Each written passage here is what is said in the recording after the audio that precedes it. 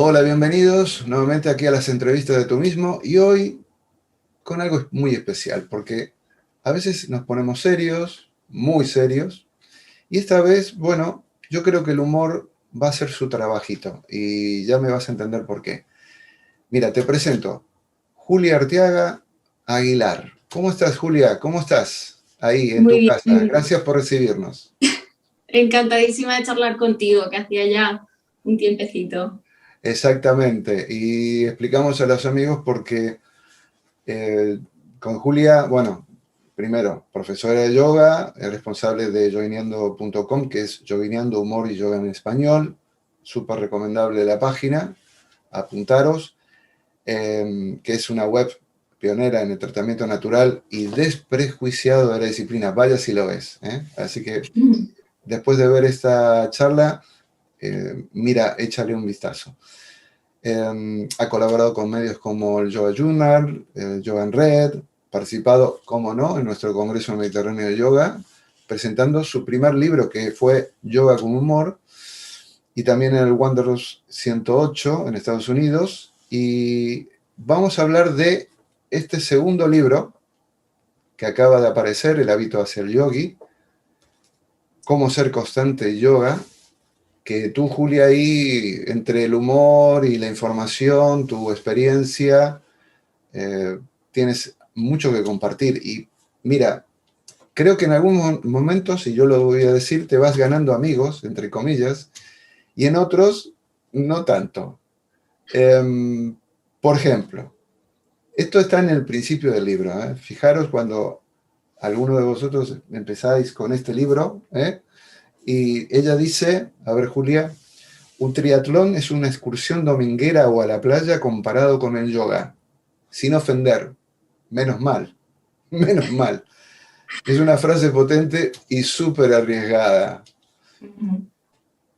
¿Por qué es tan bravo el yoga comparado con un triatlón? Bueno, en realidad lo que quería era simplemente resaltar y desmitificar un poco esa idea que tiene la gente de que el yoga es simplemente sentarse y relajarse, ¿no? Que es Mm, algo muy sencillo, que es dormirse y ya está, tumbarse, que es un poco para vagos o algo así. sí, sí. Realmente no pretendía tampoco hacer pensar que el triatlón no es nada, pero sí que pienso que, bueno, cada disciplina física y mental, sea yoga, sea triatlón o sea lo que sea, tiene su cosa, ¿no? Tiene su dificultad. Entonces Ujú, quería un poco, pues, por medio del humor y un poco por medio de esa comparación exagerada, de hacer saber a la gente que dependiendo del tipo de yoga que practiques, puede ser más exigente física y mentalmente ujú. que cualquier otra actividad física. Sí, sí. Yo muestro esta imagen, fíjate, vaya si no hay humor aquí, ¿no? Eh, Pon en pausa y mira el dibujo. Eh, ¿Por qué el yoga no es un deporte? Tu primera aclaración.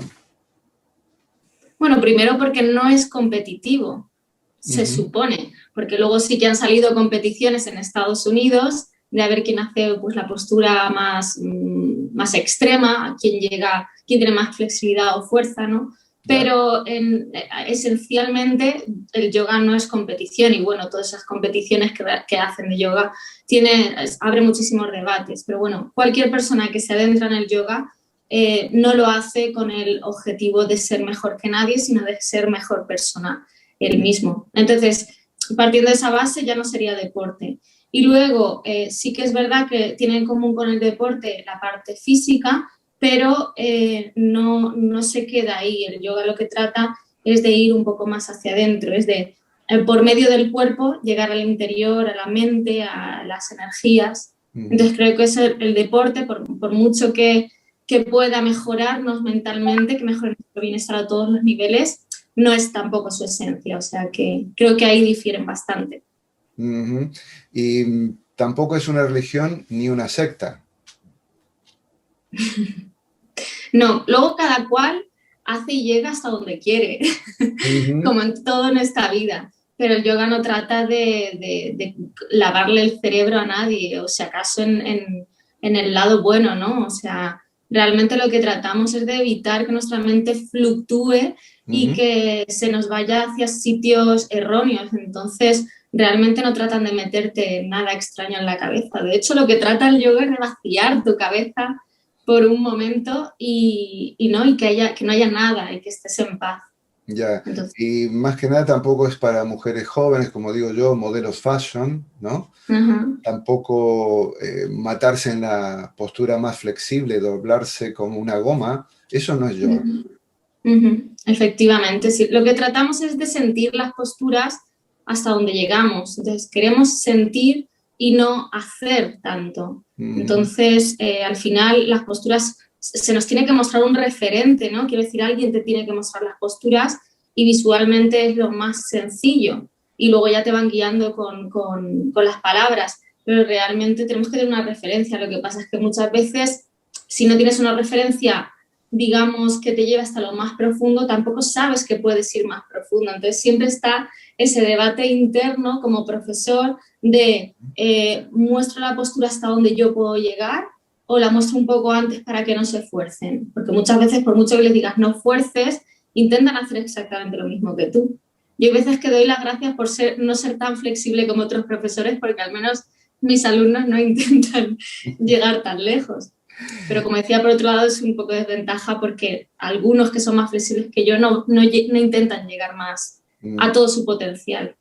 Hay un juego ahí de equilibrio entre una cosa y la otra, Ajá. y tal vez el mejor profesor, bueno, eso después con la experiencia verá que aparte que alguien le apunte posibles Uh -huh. errores o que podría hacerlo de tal o cual manera mejor, es uno mismo, ¿no? El mejor profesor. Uno se va conociendo su cuerpo, su mente, y, y me voy a dejar de decir cosas. Mira, ¿qué es entonces? Porque hemos dicho esto no es, esto no es, esto no es, esto no es, vale. Y para ti, desde la experiencia, ¿qué es el yoga entonces? Para mí el yoga es una manera de estar en contacto conmigo misma, en conexión, que eso significa saber qué es lo que quiero en cada momento, porque lo que nos pasa es que estamos tan desconectados de aquí y de aquí, Uh o -huh. mejor dicho de aquí, porque de aquí lo estamos tanto, o sea, demasiado, que no tomamos buenas decisiones, que muchas veces decimos que sí a cosas que en realidad queremos o decimos que no a cosas que en realidad no queremos. Entonces, para mí el yoga es una forma de ir por la vida hacia donde realmente quiero ir y de estar presente en los momentos, en todo momento, y para poder vivir y sentir y disfrutar de lo que es la vida, incluso en los momentos malos. Uh -huh. Mm. Tu ojo analítico lo usas muy bien desde el humor cuando dices, bueno, hay yogis de temporada y hay yonkis yogis. Uh -huh. Y ahí es cuando digo, Julia se está ganando amigos. ¿Qué son los yogis de temporada y los yonkis yogis? Pues los yogis de temporada son los que solo practican yoga cuando toca, o sea, en el año académico, ¿no? Cuando socialmente el yoga puede entrar en nuestra agenda, en nuestro horario, que es de septiembre a junio. De septiembre a junio, tanto si tienes hijos como si no, en esta sociedad, al menos la española y mayoritaria en el mundo, tenemos como, bueno, está el cole, y están muchos trabajos de maestros o de lo que sea, algo así, que va de septiembre a junio. Entonces, pues adoptamos el yoga como actividad extraescolar. Viene muy bien para nuestro bienestar, pero la seguimos adoptando como actividad extraescolar. Entonces, solo practicamos entonces. ¿Que viene Navidad? No practico. Semana Santa son solo unos días, pero es que luego llega el verano Mm. y no practicamos nada. Si acaso hacemos, le mostramos a nuestra cuñada en la playa, pues cómo nos sale cuervo. Y ya no nos sale tanto porque llevamos un mes sin ir. Y luego en agosto me siento súper rígido y súper desequilibrado, entonces necesito volver a yoga. Esos serían los yogis de temporada, los que solo practican según las condiciones sociales, ¿no? Uh -huh. Y los yonki yogis, pues ya serían los que, pues a tope con el yoga, ¿no? Yo me considero muy yonki yogi y bueno, es una forma tonta de llamarlo, pero realmente pues es gente que tiene el yoga ya hasta las venas. Uh -huh. Bien, vamos a hablar de cómo ser constante en yoga, y tú hablas, y lo primero que se le podría venir a la cabeza es, bueno, tengo que estar motivado, tengo que tener fuerza de voluntad. ¿Cuál es la clave para ser constante en yoga? Yo creo que influyen muchísimas cosas, porque de hecho si no, no hubiera escrito un libro tan largo, ¿no? Simplemente diríamos esto así y ya está. Creo Mm, que influyen muchos condicionantes, pero son condicionantes que vienen de dentro, vienen de aquí. Entonces realmente, eh, como solo depende de ti, es fácil ponerlo en práctica cuando sabes cuáles son esos condicionantes y cómo apañarlos para mm, que puedas aplicarlo. Entonces, hablábamos sí de motivación, de fuerza de voluntad, pero sobre todo para mí, así resumiendo sí. o hablando rápido, sería el compromiso con uno mismo. O sea, Mm, esto significa de verdad o sea, estar identificado con ese objetivo que tienes, que es cuando practicamos yoga suele ser pues sentirnos bien, ¿no? O el bienestar, la paz interior, y que ese objetivo sea real. O sea, por ejemplo, si haces yoga para adelgazar, pues quizá medio camino te desanimes porque realmente es un objetivo que pues un poco superficial, porque incluso aunque adelgaces quizá no te sientes tan bien, mm, etcétera. Entonces, algo un poco más global, un poco más genuino, pues como es sentirte bien a través del yoga, porque disfrutas de la práctica del yoga, mm, pues no va a hacer conseguirlo. Porque como decía, adelgazar, pues la gente no suele disfrutar adelgazando, ¿verdad? Entonces quiere el resultado, pero no le gusta el proceso. mm, Entonces, teniendo un compromiso fuerte, con un objetivo auténtico, bien alineado con lo que tú eres y disfrutando el proceso, puedes conseguirlo. Si no disfrutar del proceso, no sirve de nada. Igual hay gente que lo consigue, ¿eh? Pero igualmente se desanima, no lo disfruta y eso es una tortura. ya. El yoga, o el practicante de yoga no nace, se hace. Ajá. Es decir, que a pesar de que vemos gente muy motivada y que, bueno, en los últimos tiempos lo vemos, todo el mundo fue a saco con el yoga especialmente, Uh-huh. tú adviertes que no es que sea una cuestión genética, sino justamente de actitud y la práctica misma, ¿no? Que se va haciendo el yogi. Esto hay Uh-huh. que tenerlo muy en cuenta, ¿no? Para en el momento de posibles deserciones o, bueno, yo no he nacido para esto. Nadie nace para esto. Efectivamente, es que con el yoga no se trata, o sea, el yoga no es un talento. Ujú, No es algo para lo que hayas nacido o que tengas un don. O sea, el yoga se practica, es como el comer, nadie tiene un talento para comer, pero todos comemos porque es una necesidad. El ujú, yoga no es que sea una necesidad, pero puede convertirse porque muchos vemos que practicando yoga nos sentimos mejor, incluso en los momentos malos, porque sabemos gestionarlos, sabemos identificarlos, conocemos para qué existen esas sombras, ¿no? Esas emociones. ujú. Entonces, es un poco como decía, como el comer, o sea, nadie come mejor que otro, no se te da bien ni se te da mal, simplemente comes. Pues el yoga es igual, aprendes a practicar mejor, igual que aprendes a comer mejor, a elegir mejor los alimentos, pues en yoga igual, aprendes a elegir mejor el yoga que te sirve y quitas el que no te sirve, porque también es eso, ahora mismo estamos cogiendo yogas comerciales, el yoga que hace todo el mundo, y yo misma empecé así también, y yo solo quería yogas en las que me salieran posturas súper chulas. Y actualmente estoy todavía indagando en el yoga que necesito, porque cada vez es un yoga quizá distinto, o no sé, estoy ahí investigando. Pero como digo, es que no puedes nacer para hacer yoga. O sea, no es un talento, es algo que vas investigando y que vas haciendo tuyo desde el día que empiezas a practicar yoga hasta el día que te mueres, si eres constante. Si eres constante, vaya si eres constante. Algo que me divierte mucho es, claro, cuando tú dices, bueno, los enemigos del yoga, ¿no?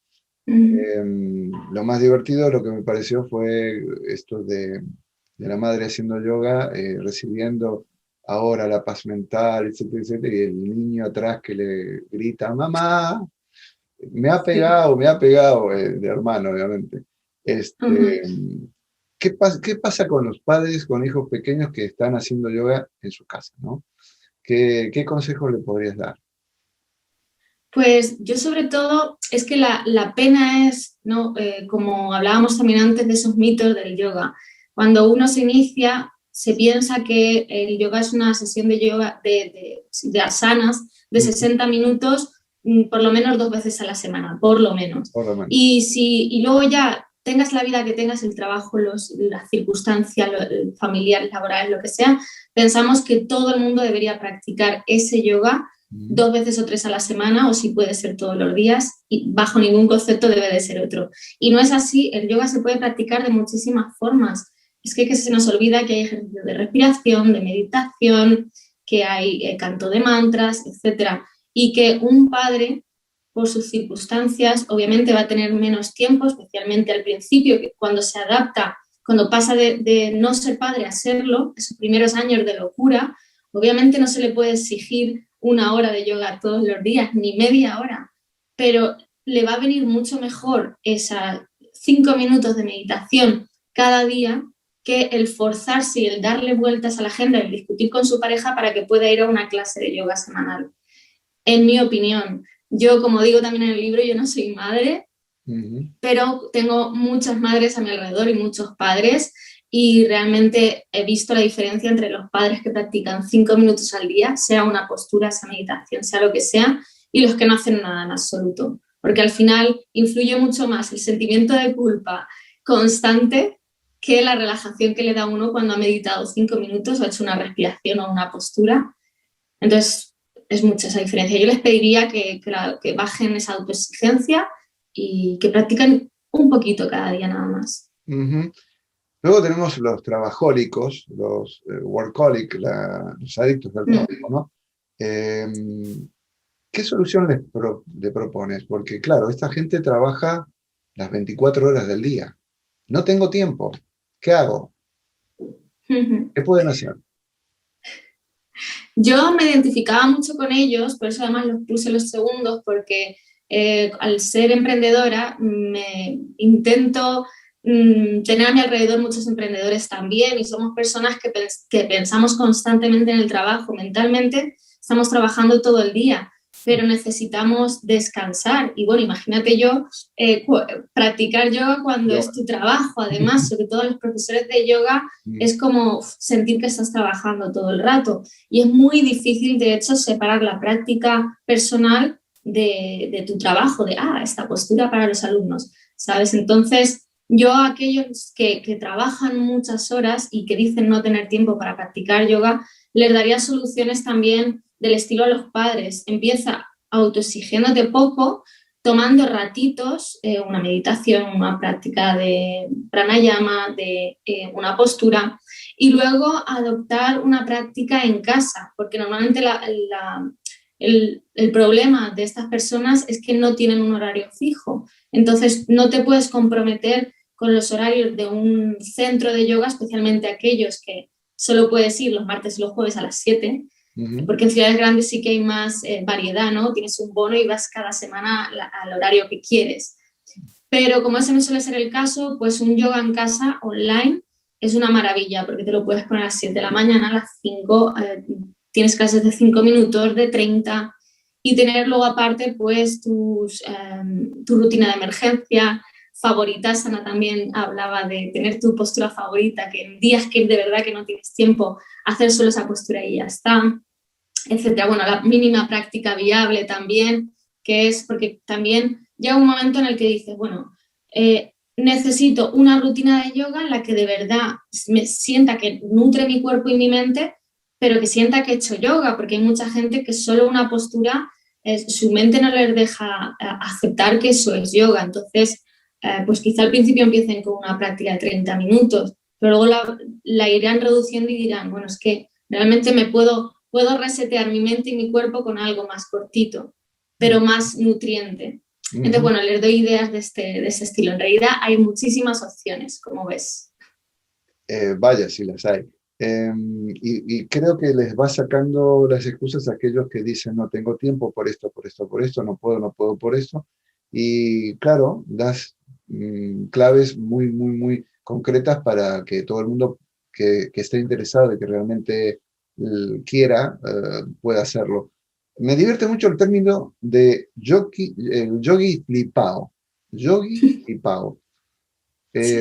Cuidado, ten en cuenta que nos ven fuera de España, así que Ajá. acláralo. Ese es mi problema también. Ha habido gente que me ha dicho, yo vivo en Latinoamérica y no entiendo este término y este otro. Y es verdad que muchas veces yo pienso en ellos, y además viví en Miami, tuve amigos de muchísimos sitios de Latinoamérica y además nos reíamos mucho con el vocabulario no tan rico en los diferentes países. Pero realmente hay veces que me cuesta no utilizar, incluso no sé si ese término se conoce en otros sitios.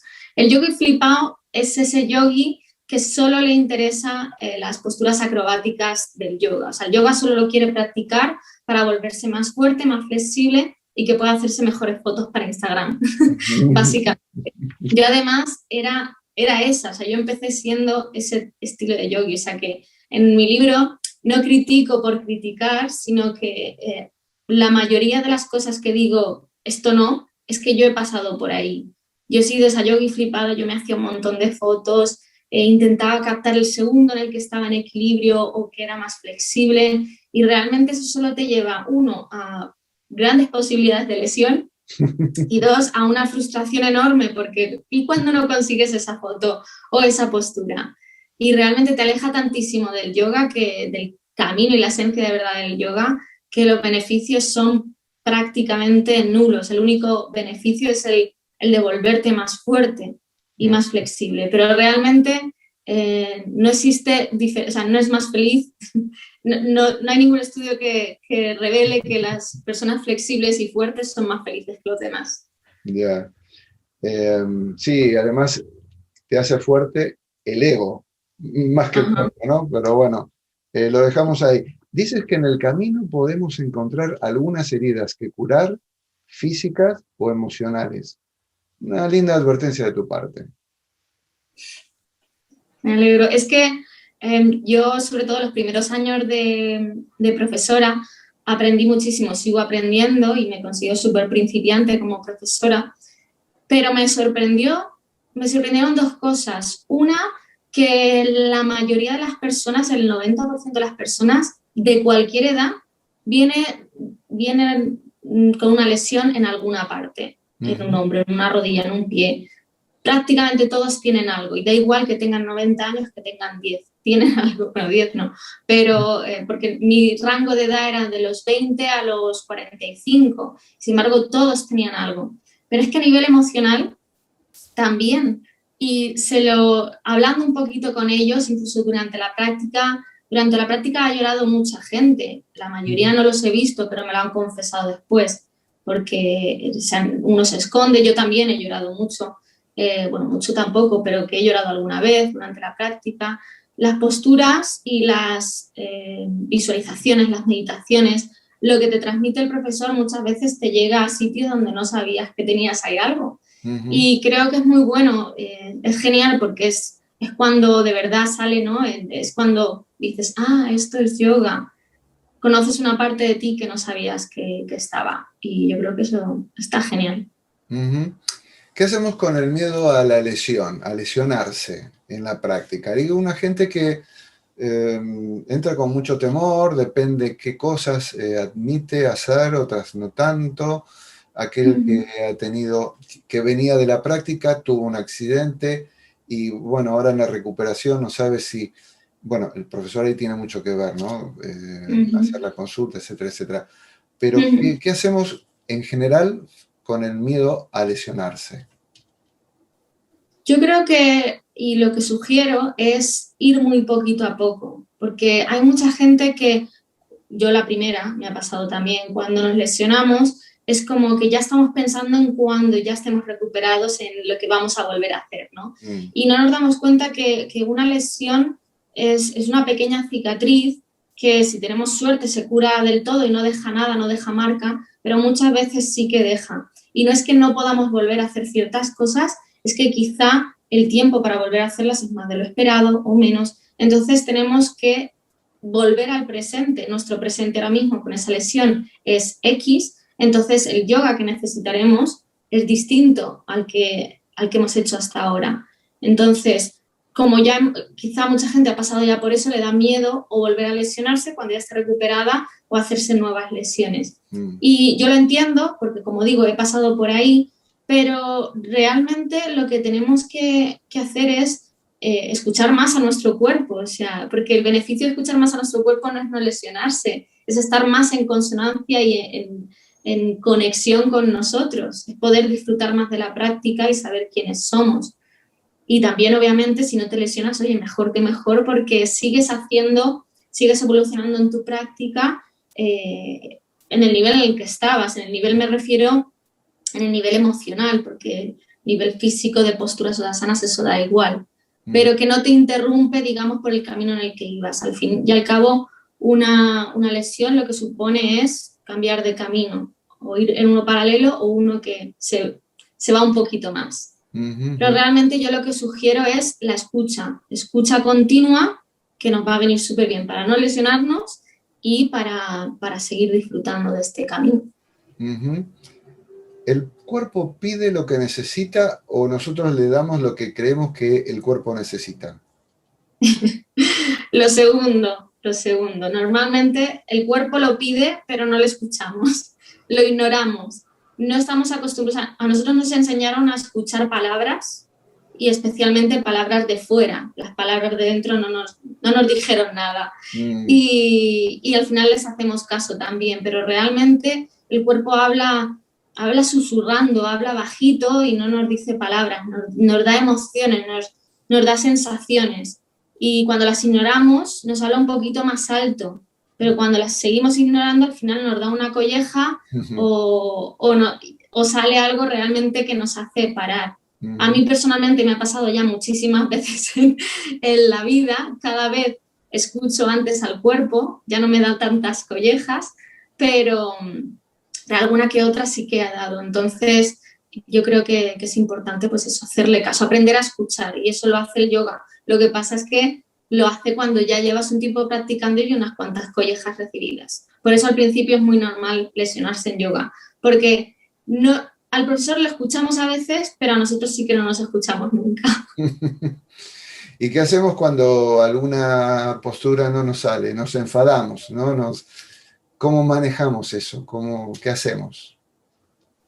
Pues yo creo que en primer lugar, que es lo que yo no hice y ahora sí, porque yo lo que hacía era, bueno, esta postura no me sale, pues la pongo en el número 1 de lista de posturas que quiero conseguir. Y al final hice una lista, no literal, pero vamos, mentalmente hice esa lista de todas las posturas que quería conseguir. Algunas las conseguí, pero otras no, y no las voy a conseguir nunca. Y eso me llenó de frustración durante muchos años, sobre todo también porque pretendía que me salieran sin que fuera constante. Pero luego ya en el momento en que me di cuenta de que la práctica era otra cosa y de que había 1.000 millones de posturas en yoga, dije, bueno, aquí hay algo que no estoy haciendo bien. Y realmente creo que es eso, si una postura no te sale, hay 500 más. Y como hemos dicho también antes, una postura, todas las posturas probablemente o casi todas te salgan. Lo que pasa es que llegas a la variante inicial, quizá a la siguiente, pero no llegas a la variante más difícil o más extrema, y no es necesario. Lo que importa es que sientas la postura hasta donde llegues, pero que la sientas. Si estás haciendo una postura pensando en que no llegas a la siguiente variante, no estás haciendo yoga, estás haciendo el tonto, básicamente. ¿Qué hacemos para equilibrar comidas y yoga en el momento de hacerlo? ¿Cuál es el momento justo? Bueno, el momento justo de practicar, yo siempre había oído que era a primera hora de la mañana, nada más levantarte. Luego empecé a escuchar a algunos profesores también decir que, bueno, el cuerpo está muy rígido al principio de la mañana y que no es conveniente. Luego también, pues los yogis más tradicionales comen muy poquito y muy poquitas veces al día. Y yo sé que, bueno, yo misma y la población moderna come muchas más veces al día y mucho más, más cantidad, sí. Entonces realmente para mí llegó a ser complicado gestionar los momentos de, bueno, me apetece hacer yoga con, madre mía, es que tengo el estómago lleno, o tengo hambre y entonces me va a dar hambre a medio. Entonces lo que hice fue establecer una hora todos los días para practicar a la misma hora en la que el estómago estuviera vacío, pero que no me estuviera pidiendo todavía comida, que para mí son solo las 12:30, 1 del mediodía, que en España aquí comemos a las 2 o las 3 de la tarde. Yo de hecho como a las 3 de la tarde, pero por ejemplo desayuno muy tarde también, yo me levanto a las 6 de la mañana, pero yo hasta las 9 o 10 no desayuno. Entonces a esa hora, como digo, tengo el estómago vacío. También me pasa muchas veces que me apetece hacer algo por la tarde y algo en el que sé que, bueno, que me voy a retorcer bastante, que no va a ser simplemente una posturita sentada y ya está. Entonces ahí tiro de cacahuetes, tiro de frutos secos, un par para saciar, pero dejar espacio para que en las posturas los órganos se muevan sin que me dé angustia. Vamos a imaginar distintos escenarios, ¿no? Nos quedamos en casa, practicamos en casa. ¿Qué es lo principal que tenemos que tener en cuenta para hacer una buena práctica? En casa. En casa. Para mí es lo principal tener un espacio para ti. No quiere decir que tengas que tener, como yo tengo ahora, una sala solo, una habitación solo para practicar, eso sería lo ideal, pero yo me la hice porque vi que si no, no había forma. Aunque antes de conseguir esto, pues yo practicaba en mi dormitorio, en mi habitación, cuando compartía piso. Tenía el espacio justo para una esterilla, de hecho, o sea, yo me daba contra la cama, la mesita, utilizaba la pared, me venía muy bien la pared para los equilibrios. Pero vamos, que en esa habitación no había espacio ni para estremecerse, o sea, es que era enana. Y hay mucha gente que me lo dice, Julia, es que yo no tengo espacio, tengo hijos, pero yo siempre les digo, yo creo que cuando sales de la cama tienes espacio para poner los pies en el suelo, ¿no? Entonces, con ese espacio ya puedes practicar yoga. Entonces, eso me parece fundamental. Una puerta para cerrarse y que minimizar los ruidos, pero también aceptar que va a haber ruidos, que va a haber olores, que va a haber cosas que nos perturben y nos molesten, pero en eso consiste el yoga. Y una hora para establecer tu práctica cada día. Claro, tú para mí dices, es... misma hora, mismo día, mismo lugar. Sí, Las exactamente. 13, ¿no? 13. Sí, efectivamente, 3 Ms. Así es, misma hora, mismo día, mismo lugar, porque así cuando te levantas o cuando pasas por ese lugar o cuando llega esa hora, tú ya sabes dónde tienes que estar y tienes que tomar menos decisiones, porque el problema también es que para ponerte a hacer algo que no te apetece mucho, tienes que tomar decisiones de dónde me pongo, qué voy a hacer, qué ropa me pongo, o sea, yo por ejemplo también, o sea, la ropa también la tengo ya, como además es en casa, hay veces que practico en pijama, hay veces que tengo ya mi ropa de yoga preparada, porque que es siempre la misma o casi siempre, ¿no? Porque si tienes que estar decidiendo mientras que decides y estás eligiendo las cosas, tu ego y tu cerebro reptiliano te va a decir, no, venga, déjalo, no, déjalo. Entonces vas a decir, pues sí, vaya lío, ahora ponerme con todo el estaribel, a extender la esterilla, a ponerme la ropa, a decirle a la gente que se calle, porque también cuando vives con gente, si ya saben los de tu casa que a esa hora tú practicas, no te van a molestar y no tienes que decir todos los días, no me molestéis porque ahora voy a hacer yoga, ya lo saben, es tu hora, ¿no? Bien, los oficinistas, ¿qué pasa? ¿Pueden hacer yoga? Por supuesto, tienen una esterilla magnífica que es la mesa y que si al jefe no le molesta y lo consultan pueden utilizarla. Como bien digo en el libro, utilizando las viñetas que muestro. También se pueden ir al baño y hacer 4 posturas ahí, pero las respiraciones quizá no, pero también se pueden ir al pasillo. En realidad, también en un trabajo suele uno tener un ratito también para irse a dar una vuelta. O, yo recuerdo, bueno, ya hacía yoga entonces, pero yo solía echarme siestas en un sofá que teníamos en una escuela de español donde trabajé en Valencia y nadie se echaba la siesta, era yo la única, eran como 50 profesores y todos, yo necesitaba tanto mi siesta que yo llegué a estar dormida con un montón de gente alrededor hablando a las 4 de la tarde. Y es como cuando tienes necesidad de algo, sea de 4 estiramientos o de una siesta, no importa, o sea, siempre vas a encontrar el lugar. Si quieres, lo encuentras, ¿no? Bien. ¿Por qué llevar un diario de yoga? Para mí ha sido clave porque, o sea, la motivación cada vez que dices, no sé, si vas a ese diario, a ese calendario y ves lo que has practicado, es como, sobre todo cuando ya llevas un tiempo, yo ahora mismo, pues que llevo pues, año y pico, creo, 2, que súper constante, pues te llena de orgullo y te sientes un yogi de verdad. Cuando no, porque al principio cuando lo empecé a apuntar, ¿no? Y no era constante, pues realmente eres consciente de lo que estás haciendo. Entonces dices, bueno, es como que son llamadas de atención, ¿no? Es como si tuvieras ahí tu madre diciéndote, ¿ves? No has hecho yoga. Y cuando ya lo has hecho, cuando ya vas siendo cada vez más constante y puedes ver lo que has practicado, además te das cuenta de cuál es el yoga que necesitas, ¿no? Cuál ha sido tu tendencia. También, si lo apuntas, puedes ver las sesiones que más te han gustado, los profesores con los que más has disfrutado, etcétera. Entonces te da mucho conocimiento de ti mismo, que de nuevo es al final lo que buscamos en yoga, ¿no? Conocernos. Entonces no solo te da ese conocimiento, también esa motivación para seguir. Lo diferencias un diario de yoga a un plan de acción para hacer yoga independiente. Sí, sí. El diario es un poco, como decía, pues para saber por dónde vas, lo que has hecho hasta ahora, para conocerte, ¿no? Como cualquier diario. Y el calendario igual, porque en el diario escribes, te enrollas un poquito más, escribes un poco más, pero en el calendario son como de un vistazo, ves los días y ves por colores el estilo de yoga que has hecho y luego si quieres profundizar más, le puedes hacer clic y ver lo que has escrito.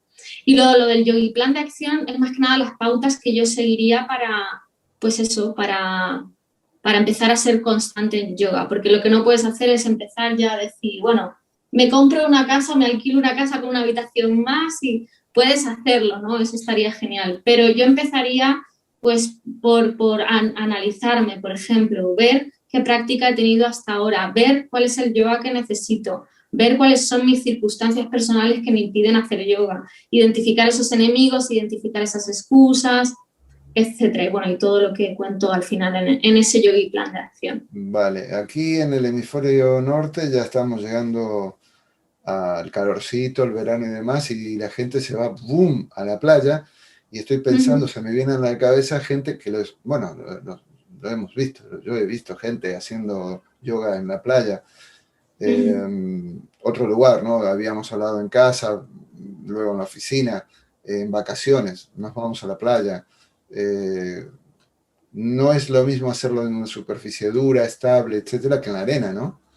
Efectivamente, sí, yo que he practicado en varias playas ya, no es lo mismo. Bueno, en todas las playas al final es muy gracioso porque piensas que de repente te has hecho súper flexible y es porque los pies se te van hundiendo en la esterilla y parece que llegas antes al suelo, pero es que se te han hundido los pies. Pero eso pasa en todas las playas. Pero realmente es importante cuando practicas una playa con arena fina, pues tener cuidado con las muñecas, porque al hundirse las manos pues nos podemos hacer daño, pero bueno, eso lo notaremos bastante pronto. Y luego pues en las playas con piedras, pues cuidado con los equilibrios porque si se cae uno se puede hacer más daño. En realidad también una arena blandita pues también puede engañar, ¿no? Depende de cómo sea esa postura, pero generalmente pues es más, o sea, es mejor que en casa, ¿no? Que en casa el suelo está más duro. Ya. Pero sí, dependiendo de cada playa, es mejor practicar unas cosas que otras.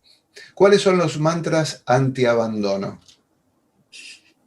Hay muchísimos. Creo que, pues, no me acuerdo cuántos eran, pero eran muchos. Y eran, pues, básicamente, Uno. Pues el del yogi que no nace, sino que se hace, me parece bastante revelador, porque ya te digo que hay mucha gente que dice eso, ¿no? Que yo es que no he nacido para esto. Yo, por ejemplo, a mí, yo estuve muchos años sin hacer yoga, sabiendo que tenía que hacer yoga, que lo necesitaba, pero no empezaba, no me animaba nunca a empezar porque yo decía, es que el yoga no es para mí, yo no soy una persona espiritual, yo no soy una persona flexible, el yoga no es para mí. y efectivamente el yogi se hace. Entonces, para mí eso es algo que a mí me ayudó durante mucho tiempo a mantenerme ahí. Ujú. Mm. Bueno, mira, Julia, seguiríamos conversando un rato largo, pero me quedo con una frase que lo repites por ahí, que es, practicar yoga no te hace mejor persona, pero ofrece la posibilidad de serlo. Es muy bonito esto. La verdad que creo que tú, a través del humor, a través de este libro, de tu web, de tu anterior libro, transmites, primero, le sacas el almidón, toda esa pátina de seriedad, desmitificas muchas cosas y el humor es importante porque nos hace entender cosas que de otra manera parecería que es imposible. No sé, yo por mi parte no tengo más preguntas, pero si te ha quedado alguna cosa por compartir con los amigos que nos están viendo, adelante. Pues muchísimas gracias, Aurelio. La verdad es que a mí el libro este yo tenía muchas dudas si escribirlo o no, llevaba muchísimo tiempo queriendo escribirlo y compartir esto porque durante mucho tiempo a mí me preocupó el no ser constante. Yo decía, es que no me sentía yo y no veía tanto los beneficios y decía, ¿cómo es posible al ver a la gente en Instagram, que bueno, igual la mitad de ellos no lo eran, pero yo decía, ¿cómo es posible que la gente consiga ser constante? Yo quiero ser constante, quiero ver lo que pasa cuando uno es constante en yoga, ¿no? Y sé, además, por lo que me cuentan los alumnos y la gente que siga yoguineando, de hecho hice una encuesta y era el principal problema, y decidí por eso escribir este libro, porque no había tampoco literatura sobre este tema. En los libros de yoga, sobre todo los más importantes, sí que hacen alusión a, bueno, hay que practicar, pero no te dan pautas, simplemente te dicen, hay que practicar siempre, hay que practicar cada día. Entonces, lo vi una necesidad y vi que yo hubiera sido súper consumidora de ese libro en ese momento, así que ya que no había sobre el tema, pues dije, voy a hacerlo yo. Y nada, mi intención es que la gente lo disfrute y sobre todo lo pueda aplicar, lo entienda, o sea, que yo haya transmitido ese mensaje con claridad y con humor, de forma que a la gente le apetezca aplicar esos consejos y consiga, como yo lo he conseguido, pues ser constante y obtener así los beneficios del yoga, pudiendo cambiar o mejorar su vida. Así que... Muchas gracias, Julia. El hábito hacia el yogi. Cómo ser constante en yoga, de Larousse. Y si no, en yoguineando.com. Ahí también está más Julia y las divertidísimas viñetas. Yo quería hacer un poco de exposición, pero bueno, creo que nos vamos a perder en eso y creo que los amigos van a ir a yoguineando.com. Muchas gracias, Julia. Nos encontramos. Muchísimas gracias, Aurelio, por también darle difusión a este tipo de yoga. Muchas gracias. Y a los amigos que nos están viendo también mi agradecimiento y nos encontramos en la próxima. Aquí, en Tú Mismo, las entrevistas de Tú Mismo. Chao. Chao, chao.